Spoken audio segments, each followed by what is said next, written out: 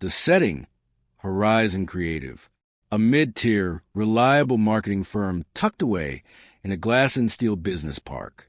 Before Brenda, the office was a sanctuary of high-level boredom. We were a collection of specialists who had mastered the art of the 9 to 5. The carpet was the color of wet oatmeal. The fluorescent lights hummed in a B-flat minor that everyone eventually tuned out. The most controversial thing that happened in 3 years was the great toaster fire of 2021. We were efficient, we were professional, and we were fundamentally quiet. My name is Marcus, Senior Data Analyst. My job is to find the story in the numbers. I spend most of my day in a cubicle that smells faintly of lemon-scented disinfectant and old spreadsheets. The team was balanced, roughly 50-50 split between men and women. We had Sarah in account management, Dave in copy, Jim in design, and Elena in strategy. We worked well because we focused on the work. Gender wasn't a topic. It was just a background detail, like the brand of the printer paper. Then, our old creative director retired to Florida to obsess over golf. In walked Brenda. Brenda arrived on a rainy Tuesday. She didn't just walk into the office. She occupied it. She was draped in layers of expensive, asymmetrical linen and wore glasses with thick, aggressive frames that seemed designed to start arguments. She was hired as a creative catalyst. Management wanted a shake-up. They got an earthquake. Within 48 hours, the neutral vibe of the office was scrubbed away. She started with the visual environment. The keep calm and carry on posters in the break room were replaced with framed quotes from radical theorists. One prominently featured a diagram of male space occupancy with a caption about spatial colonization. Another, right above the communal coffee pot, read, "If you aren't deconstructing the power structure, you are building it." We all just blinked at them. Jim, the designer, tried to make a joke about the font choice. Brenda didn't laugh. She just stared at him until he looked back at his shoes. "Humor is often the first line of defense for the fragile ego," she said, her voice a smooth, academic blade. That was the first warning. On the following Monday, the Gender Dynamics Alignment meeting was called. It wasn't an invitation. It was a subpoena. We gathered in the large conference room. The atmosphere was thick with the kind of tension you usually only find before a mass layoff. Brenda stood at the head of the table. She didn't sit. She had a digital presentation ready. The first slide was titled, "The Equity Protocol, Reclaiming the Voice." She spent 30 minutes lecturing us on micro-interruptions, the burden of emotional labor, and the invisible architecture of the patriarchy. The men in the room, Dave, Jim, Tom, and myself, exchanged glances that ranged from confusion to mild irritation. The women looked uncomfortable. Sarah kept checking her watch. Elena was drawing frantic circles in her notebook. Then came the proclamation. To ensure that Horizon Creative becomes a truly inclusive space, Brenda announced, "We are implementing the equity protocol, effective immediately." She flipped to the next slide. It looked like a list of penal codes. Rule 1, the non-interruption mandate. Men were strictly forbidden from interrupting a woman while she was speaking. This included technical clarifications, supplemental data, or contextual corrections.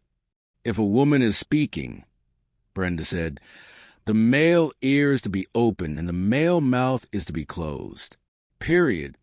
Rule 2, the 3-woman threshold. In any meeting or brainstorming session, no man was allowed to offer an opinion, suggestion, or critique until at least 3 women had spoken first. "We need to break the habit of male dominance in the conceptual stage," she explained. Rule 3, the tone sensitivity audit. All internal emails sent by men would be subject to a periodic review. Any language deemed assertively exclusionary, authoritarian, or unnecessarily brief will be flagged as a performance issue. Brenda leaned over the table, her eyes scanning our faces for the pushback she clearly craved. She was a hunter waiting for a pounce. She had her rebuttals filed and indexed. She wanted us to call her unfair. She wanted us to say this was reverse sexism. She had a whole library of jargon ready to dump on anyone who dared to voice an objection.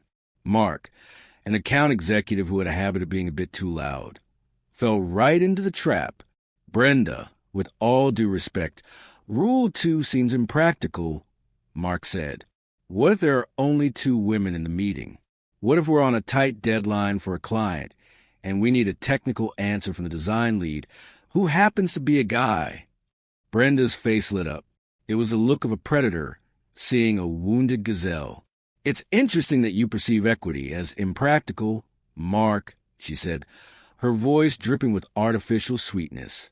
It suggests that your definition of practicality is built entirely on the convenience of the male voice. Your discomfort is exactly why these rules exist.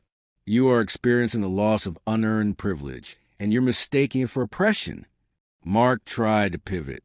No, I'm just saying for the sake of the client.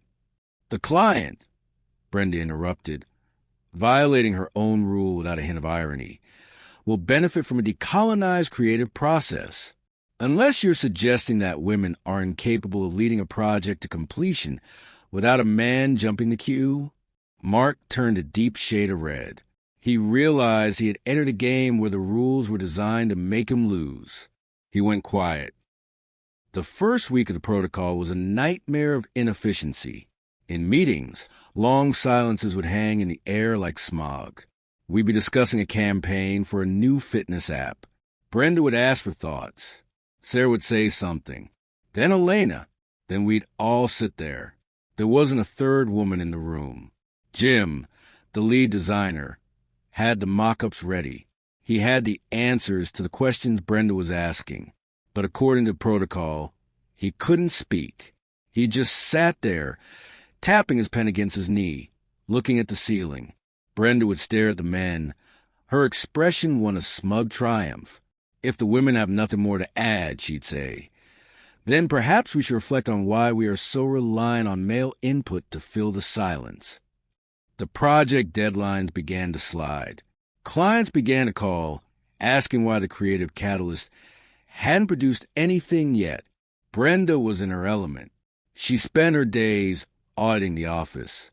She told me that my desk was unnecessarily imposing and suggested I move my dual monitor setup because it created a technological barrier that might intimidate female colleagues.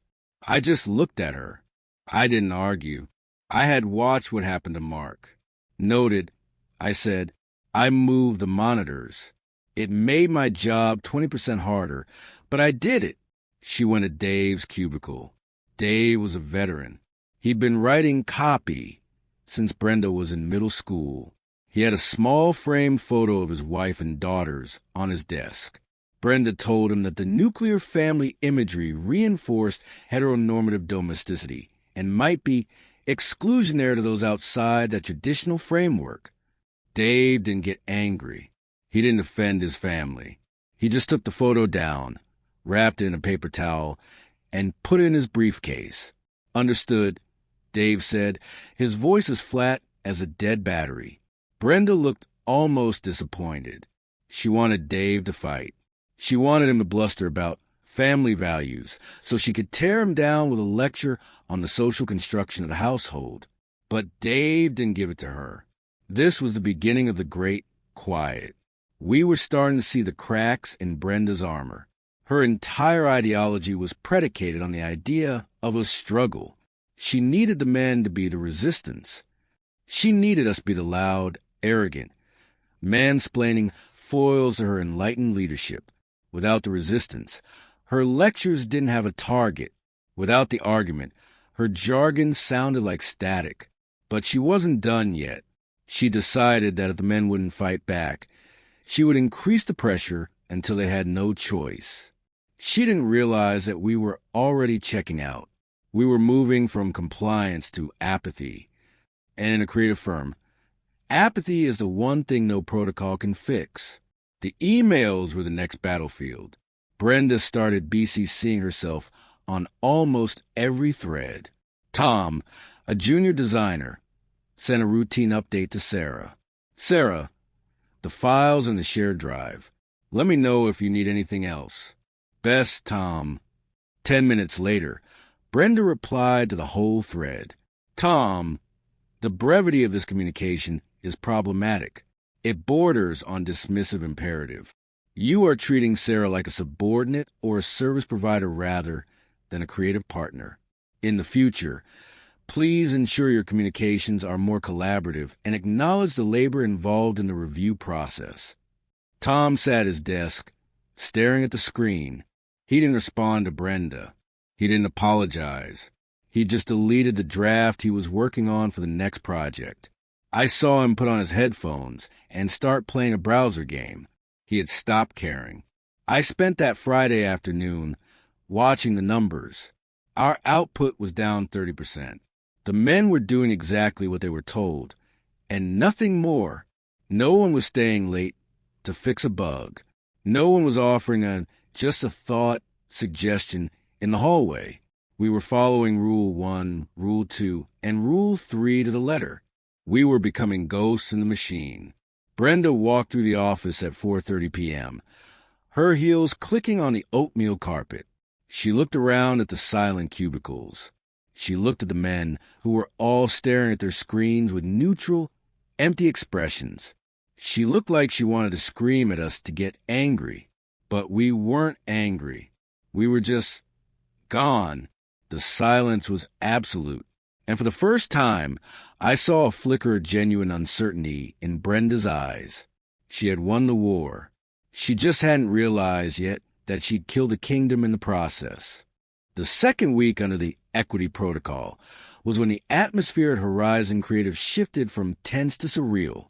It was the week we stopped being employees and started being biological extensions of Brenda's rulebook.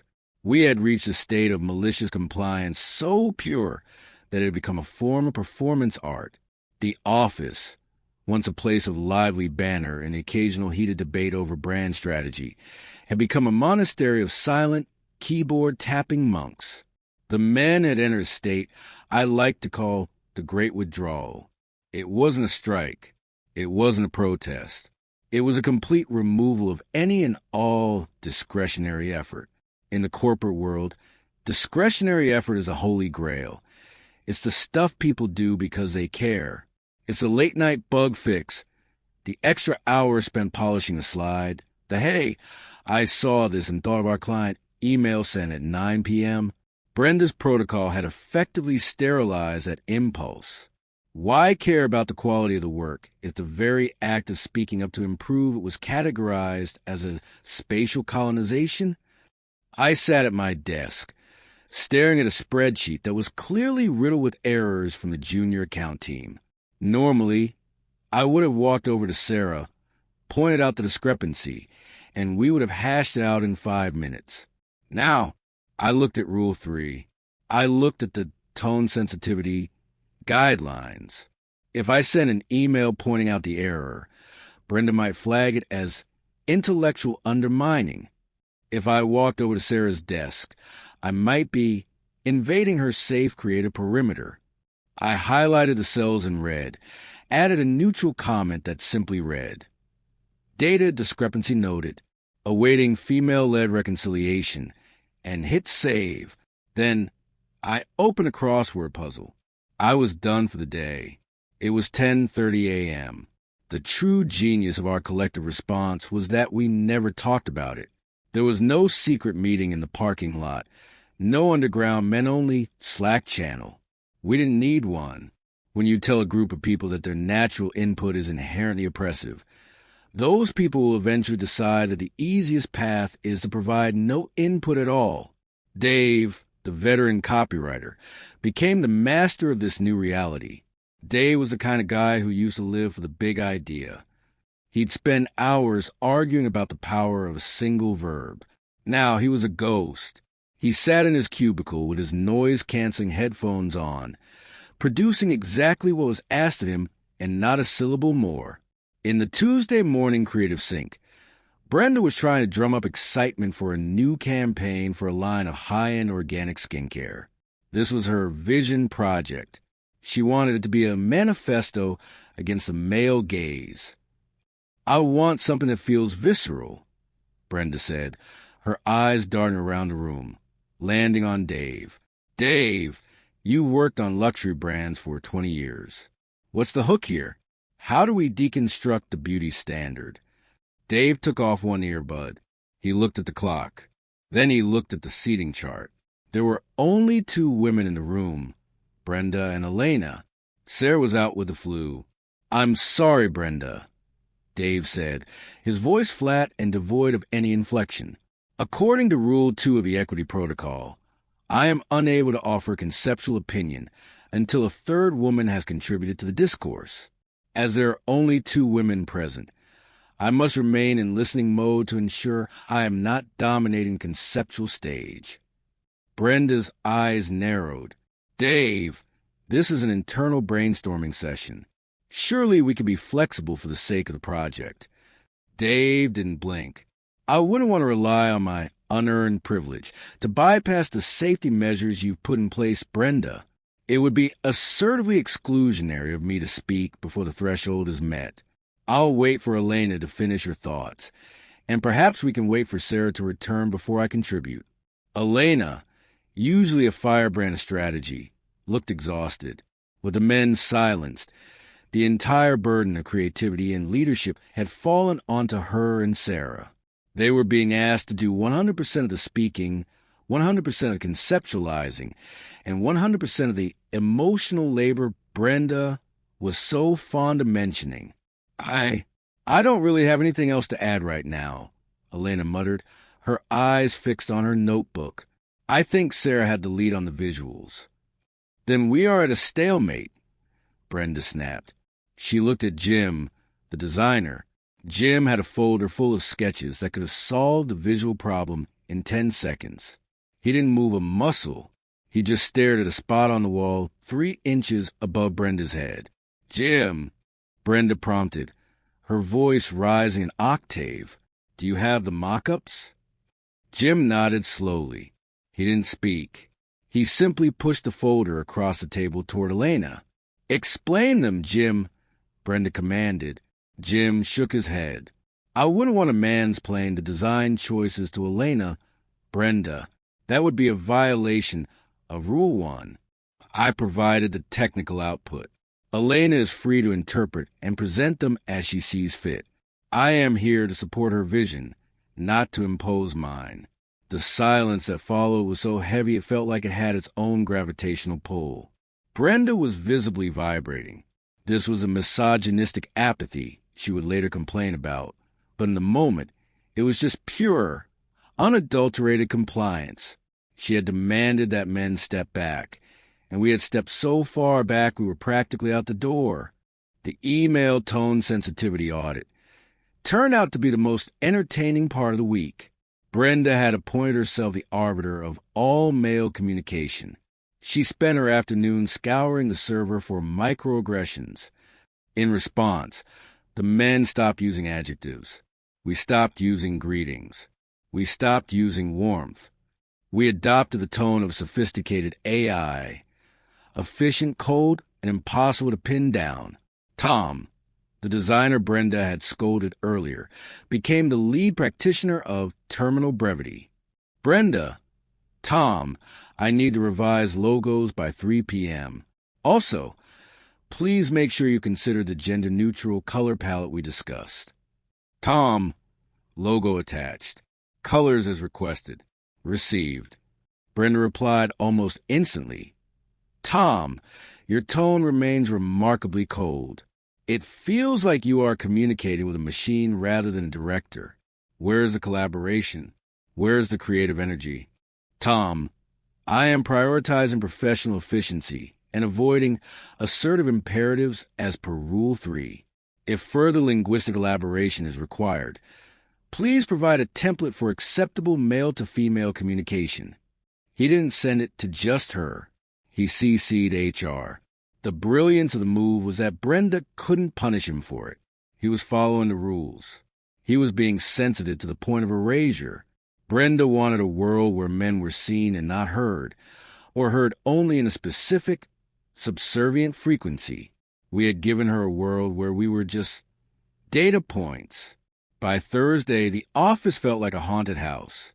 The men had stopped gathering at the coffee machine. We had stopped going to lunch together. Any social interaction was a potential minefield of micro-interruptions or spatial colonization, so we simply stayed in our boxes. The women were starting to crack. Sarah, who had come back from her flu, was overwhelmed. She used to rely on Dave to catch errors in her copy. She used to rely on me to double-check her data. Now, when she asked for help, she got the protocol treatment. Dave, can you take a look at this headline? Sarah asked, leaning over his cubicle. It feels a bit weak. Dave didn't look up from his screen.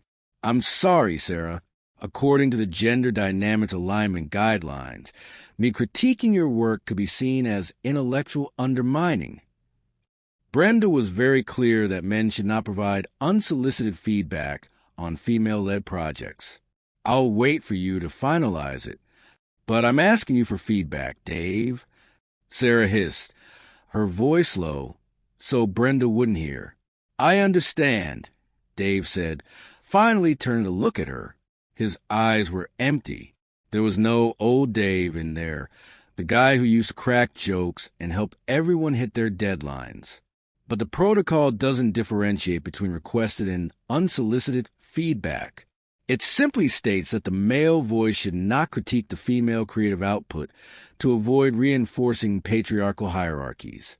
I am committed to being an ally, Sarah, and as an ally, I must remain silent.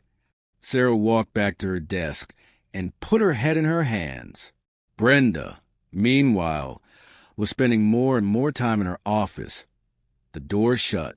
She was losing her creative catalyst spark. Her LinkedIn was suddenly full of posts about the unseen resistance and how misogyny masks itself as apathy. She was furious, but she had no one to hit. You can't punch a fog. You can't argue with someone who agrees with everything you say and then does nothing. The Solaris campaign, our biggest account, was due for a progress report on Friday afternoon. Usually this was a team effort. Everyone in the room, ideas flying, Mark doing his loud guy thing, Jim sketching on a whiteboard, Elena keeping us on track. This time, the progress report meeting was a funeral. Brenda stood at the whiteboard. She had written, "The future is radiant" in large, looping letters. Okay, team, she said, looking at us. The client wants to see our preliminary concepts. Sarah, Elena, what we got? Sarah and Elena presented a few half-baked ideas. They were exhausted, and without the usual push-pull of the full team, the work was thin. It lacked the grit and the luxury feel the client expected. Brenda turned to the men. And what about the technical support? The market analysis? Marcus? Jim? I sat there. I waited. One woman had spoken, Sarah. Two women, Elena. I looked at Brenda. That was three. The data suggests the radiant hook has low resonance with the target demographic. I said, my voice is monotone as a GPS navigation system. Market saturation is at 84%. I have prepared a 50-page report detailing the decline in luxury skincare engagement. Okay, and what's the solution? Brenda asked, leaning forward. The protocol forbids me from offering a solution before the female creative leads have exhausted their conceptual options. I replied, I have provided the data. I will wait for Sarah or Elena to propose a pivot. Brenda's hand gripped the whiteboard marker, so hard it snapped. This is a team, Marcus. We are failing here. We aren't failing, Brenda. I said, looking her straight in the eye. We are complying. We are following the equity protocol to ensure a safe, inclusive, and decolonized workspace. If the results aren't what you expected, perhaps it's because the patriarchal energy you wanted to remove was actually the very thing that kept the lights on. Brenda didn't say anything. She just turned around and walked out of the conference room. The silence she had worked so hard to create had finally become too loud for her to handle. By the third week, the physical reality of Horizon Creative had morphed into something unrecognizable. The vibrant, albeit chaotic, energy of a marketing firm. The sound of balls of paper hitting trash cans. The laughter from the design pod. The heated debates over whether a logo looked too much like a piece of fruit had been replaced by a heavy, sterile vacuum. It was a ghost town effect. We weren't working from home, but we weren't really there either. We were biological units occupying space, following a set of logic gates programmed by Brenda. The most fascinating change was at the coffee machine. It used to be the office crossroads. Now, if a man arrived and saw a woman already there, he would stop, check his watch, and perform a deliberate 180-degree turn. This wasn't an act of hostility. It was spatial deference. Rule 4.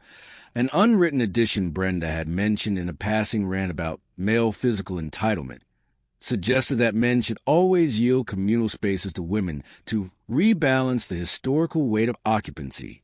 We yielded everything. The break room was now exclusively female. The men ate at their desks in total silence, staring at their screens. I remember watching Jim, our most gregarious designer, a guy who used to have an opinion on everything from typography to the best local taco truck. He was now a statue. He would sit for 4 hours straight without looking away from his monitor. If a woman walked past his cubicle, he would keep his eyes fixed forward, hands moving in a steady, mechanical rhythm. He wasn't being rude. He was ensuring that he didn't commit a gaze-based microaggression. Brenda hated it. She hated the peace. She hated the silence. She had built her entire career on the idea of being the brave voice, speaking truth to unconscious power. But if the power was silent, motionless, and perfectly compliant, what was there to speak to? On Tuesday, Brenda decided to smoke us out. She called a radical vulnerability session at 2 p.m. No laptops allowed. No notebooks. Just a circle of chairs in the middle of the open plan office. "We are feeling a disconnect," Brenda began, sitting with her legs crossed in a way that suggested she was about to lead a yoga class rather than a creative department. The equity protocol was designed to create safety, but I'm sensing a new kind of barrier. I'm sensing a withdrawal. I want to open the floor. I want the men in this room to be honest about their discomfort. Tell me how it feels to have your privilege checked. Be vulnerable. She looked at Dave. Dave sat with his hands folded in his lap, his expression as blank as a fresh sheet of bond paper. "Dave, let's start with you," Brenda prompted. "You've been here the longest. You've seen the old way. How do you feel about the new horizon?" Dave waited. He looked at Sarah. He looked at Elena. He looked at Brenda. That was 3 women. The threshold was met. "I feel nothing but a deep commitment to protocol, Brenda," Dave said. His voice was smooth, empty, and perfectly professional. "I recognize my previous behavior, offering unsolicited ideas, correcting colleagues in real time, occupying too much linguistic space, was part of a larger systemic problem. I am grateful for the opportunity to listen. The silence you fostered has been a powerful tool for my own self-reflection." Brenda's eyes twitched. "That's very compliant, Dave. But I want to know how you feel. Are you angry? Are you resentful? Are you quiet, quitting because you can't be the loudest person in the room anymore?" "Resentment would be a luxury of the ego," Dave replied, tilting his head slightly.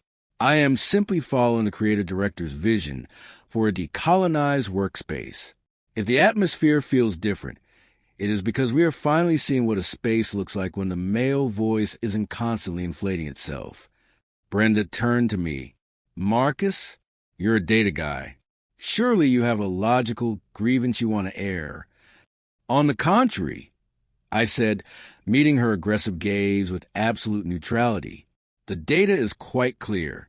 My verbal output has decreased by 85%, which has allowed for a corresponding increase in female-led discourse. By every metric you've established, the protocol is a resounding success. I have no grievances.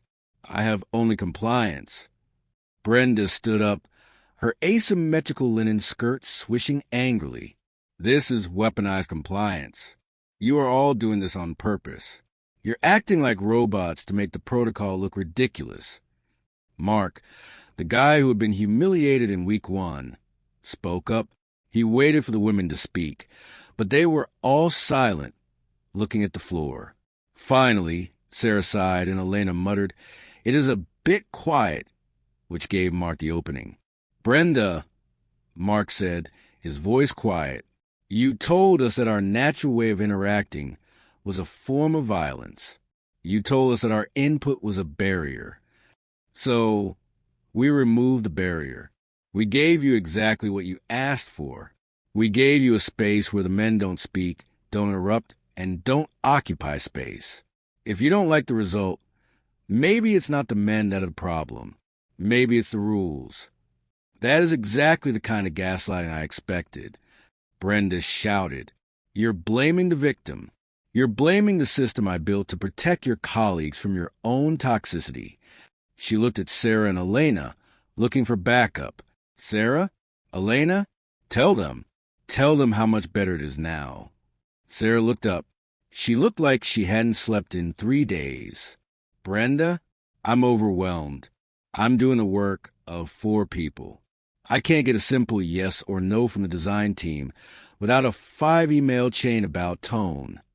I'm staying until 9 p.m. every night because the collaborative process has become a series of silent handoffs. I miss the noise. I miss the help." Brenda's face went pale. "Sarah, you're suffering from internalized misogyny.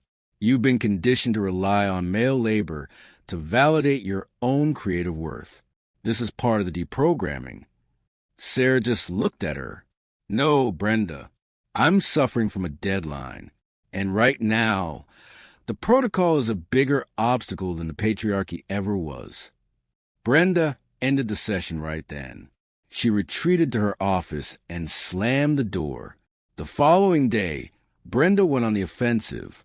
If we wouldn't be vulnerable, she would catch us in a conspiracy.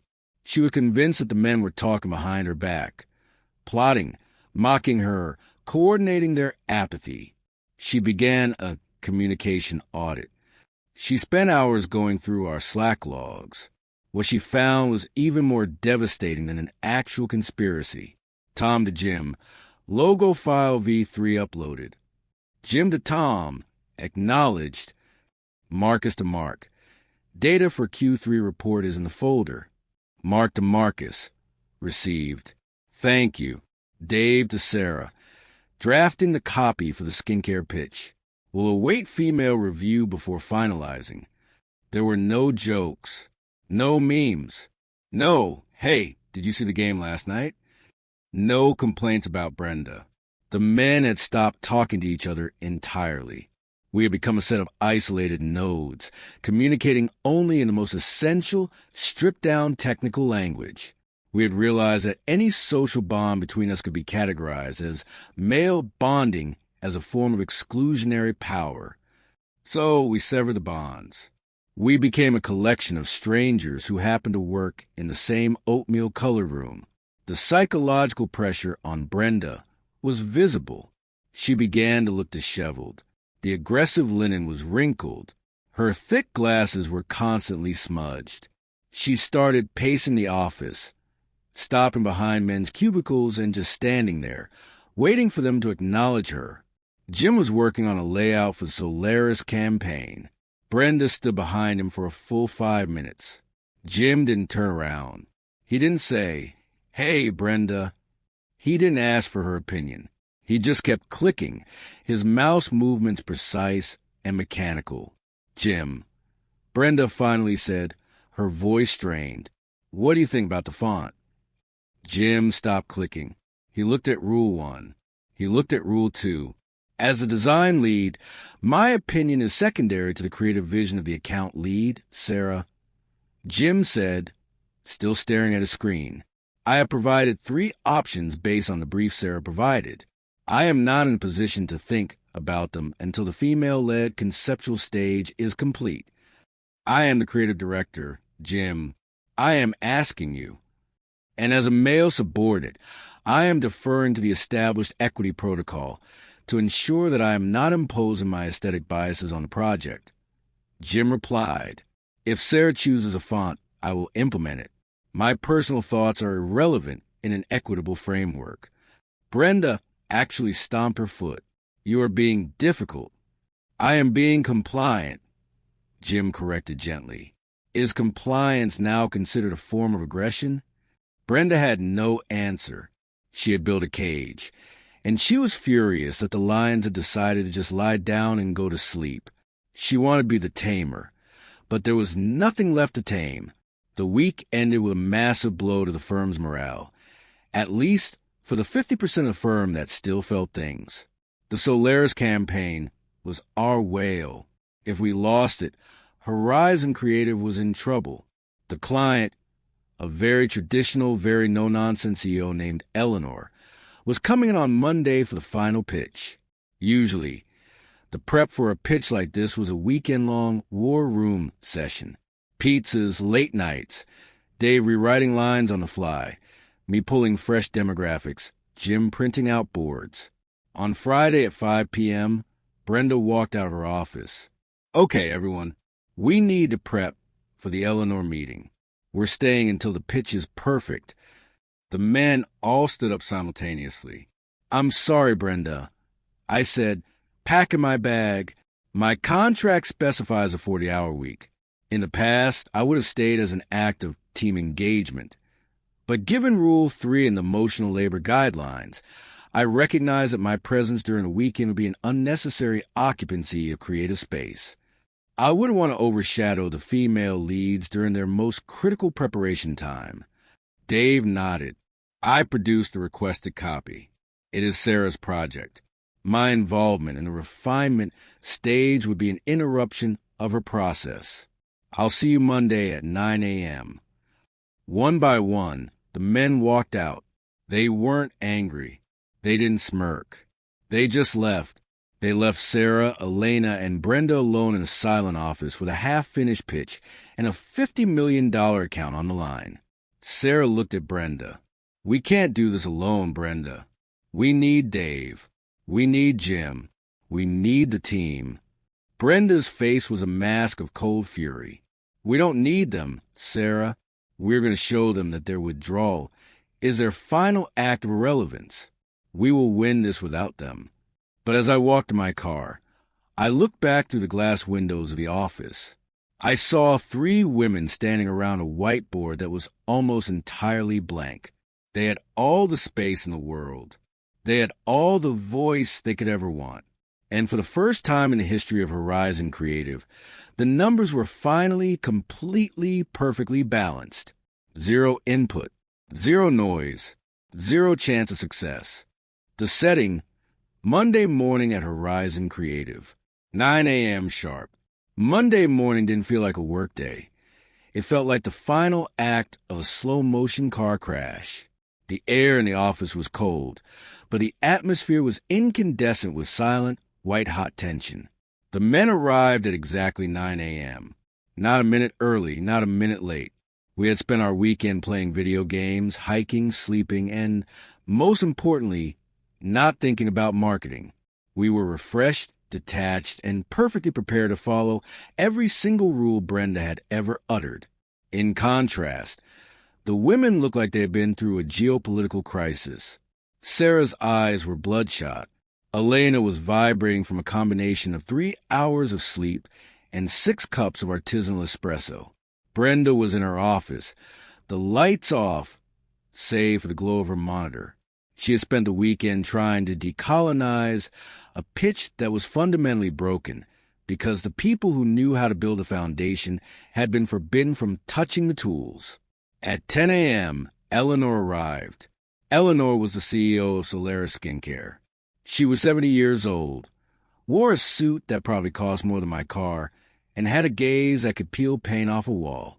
She was a woman who had built an empire in the 1980s, a time when equity protocols didn't exist, and the only thing that mattered was if you were the smartest person in the room. She didn't care about voices or space. She cared about the bottom line and the prestige of her brand.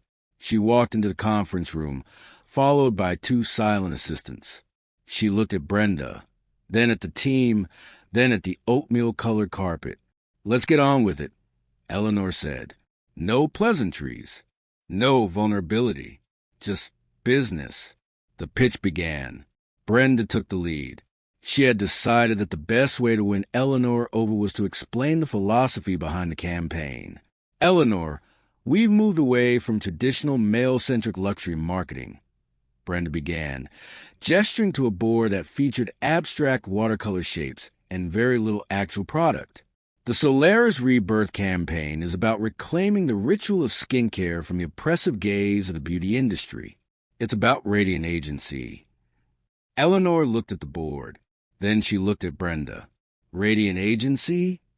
Eleanor asked, her voice like cracking ice. "Is that a moisturizing cream or a political movement?" "I sell soap, Brenda. Expensive soap. I don't sell agency." Sarah tried to jump in to save it. "What we mean, Eleanor, is that the target demographic is shifting toward." "I know who my demographic is," Eleanor snapped.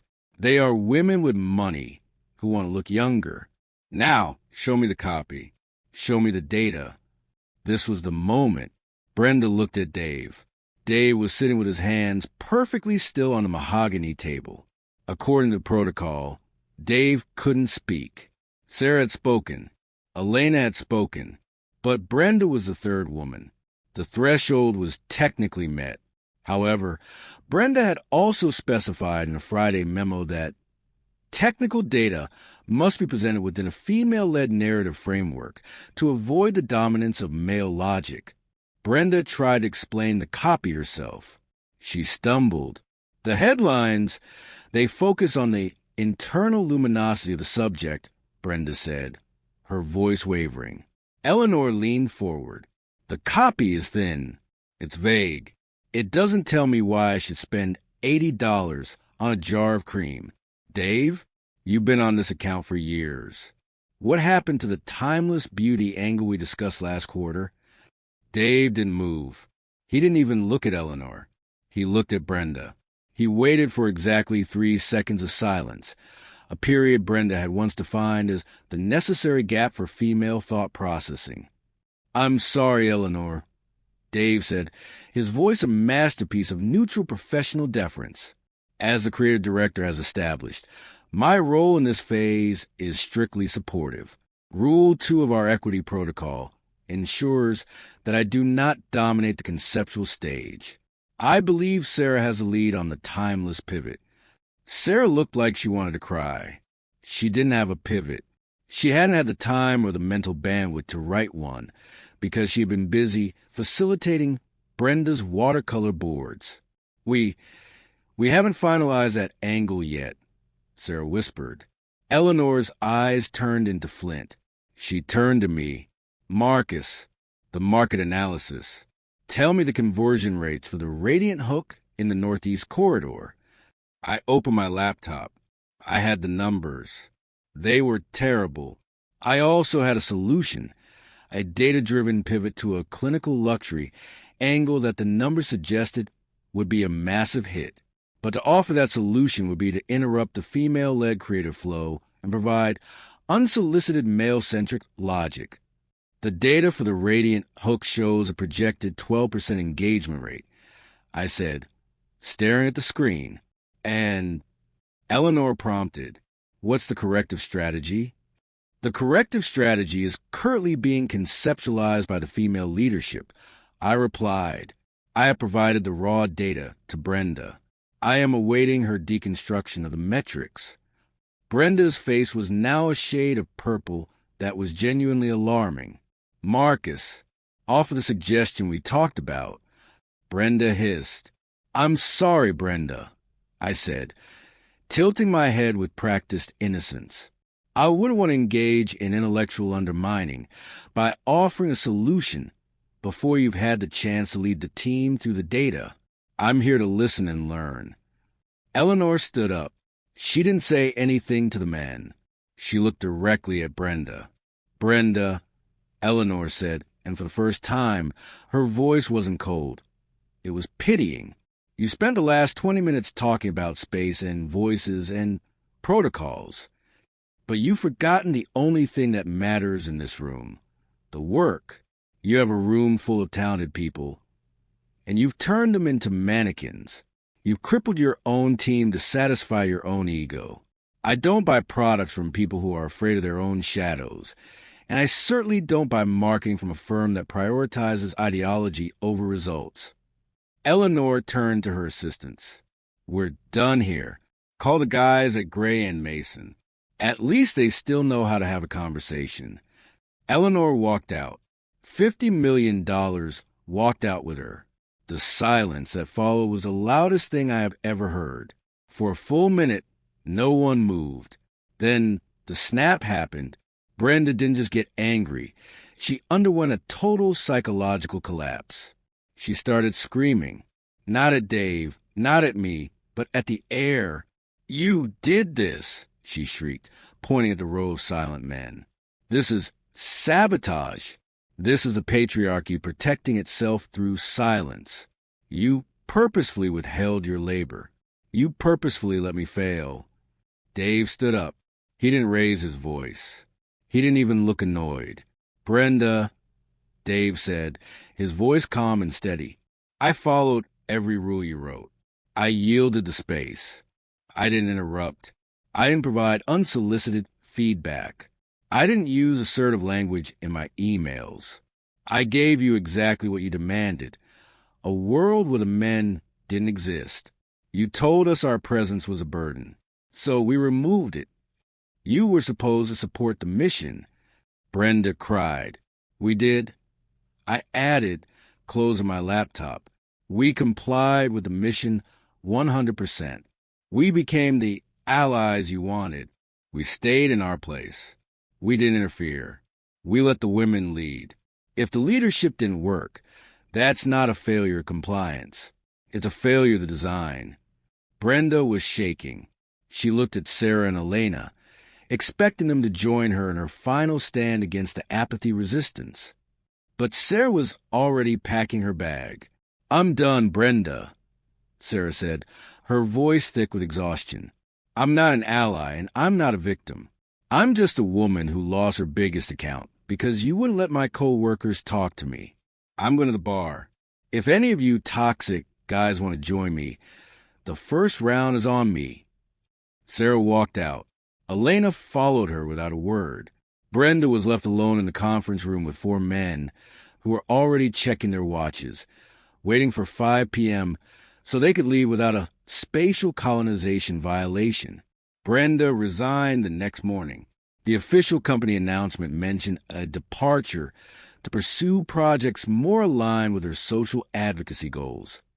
We all knew what that meant. She went back to the academic world, where protocols are more important than products. Management brought in a temp director for a few weeks, a guy who didn't care about anything except whether the files were uploaded on time. The office didn't immediately return to normal. It took time to scrub the equity slogans off the walls and the tone audit fear out of our brains. But the change was visible almost instantly. On Wednesday, Jim brought back his world's greatest ad mug. Dave started arguing with me about the font for a new beer client. It was loud, it was messy, and it was glorious. Sarah came over to my desk and told me I was a nerd for the way I organized my spreadsheets.